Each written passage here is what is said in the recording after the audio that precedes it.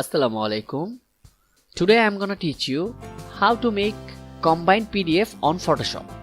So without any further ado, let's get started the video. So Photoshop এ কিভাবে combine মানে 4টা 5টা 10টা 12টা ফাইল একসাথে PDF আকারে কম্বাইন করা যায় সেটাই আজকের ভিডিওতে আমি দেখাবো। It's easy process. সো আমি একবার দেখালেই আপনারা পারবেন। সো আমরা ফটোশপে চলে যাব। সো ফটোশপে কম্বাইন পিডিএফ করার জন্য আমরা ফাইলে চলে যাব। ফাইল থেকে আমরা চলে যাব অটোমেট থেকে পিডিএফ প্রেজেন্টেশন। সো এটাতে ক্লিক করার পর আপনার ট্যাবে যদি কোনো কিছু থাকে লাইক সে আপনার ট্যাবে 5টা ফাইল আছে, সো ওই 5টাকে আপনি কম্বাইন করে একটা পিডিএফে করতে চান। সো এই অ্যাড ওপেন ফাইলস মানে যা যা ওপেন আছে সেগুলো দিয়ে আপনি কম্বাইন করবেন, তাহলে অ্যাড ওপেনে চেক করলে এখানে চলে আসবে।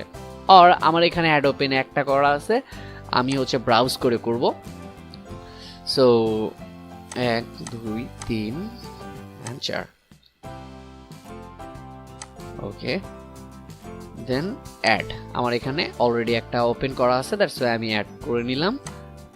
এটা থাকবে ফার্স্টে। আমি এখান চাইলে সিরিয়াল করতে পারবো, কোনো সমস্যা নাই, সিরিয়াল মেনটেন করা যাবে। এভাবে আপনারা চাইলে চেঞ্জেস করতে পারেন, কোনটা ফার্স্ট পেজ, কোনটা লাস্ট পেজ, কোনটা সেকেন্ড পেজ, কোনটা থার্ড পেজ, এভাবে আপনারা সিরিয়াল মেনটেন করে দেন সব কিছু ওকে হলে আপনারা সেভে ক্লিক করবেন। আর কোনো কিছু চেঞ্জেস করার প্রয়োজন নাই, বিকজ বাকি সব সেম থাকাটাই বেটার।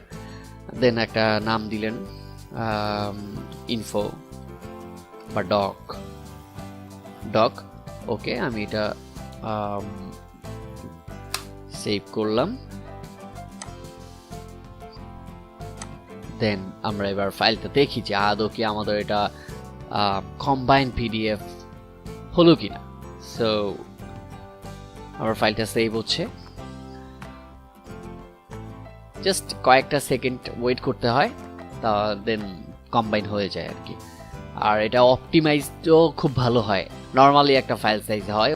সো এটা কম্প্রেসড হয়ে একটা ভালো একটা পিডিএফ আপনাকে প্রেজেন্ট করে। সো দ্যাটস ওয়াই আমি এইভাবেই অলওয়েজ কম্বাইন যদি কোনো পিডিএফ করতে হয় আমি এভাবেই করি মূলত। ওকে, সো এবার আমরা ফাইলটা ওপেন করে দেখি যে আমাদের ফাইলটা কি কম্বাইন হয়েছে কিনা।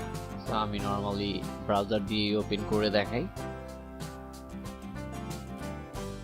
বুম, আমাদের কম্বাইন হয়ে গিয়েছে 5টা। আমি 5টা ইমেজ নিয়ে করছিলাম, 1 2 3 4 5। সো এভাবে কম্বাইন করে নিতে পারবেন সিম্পলি।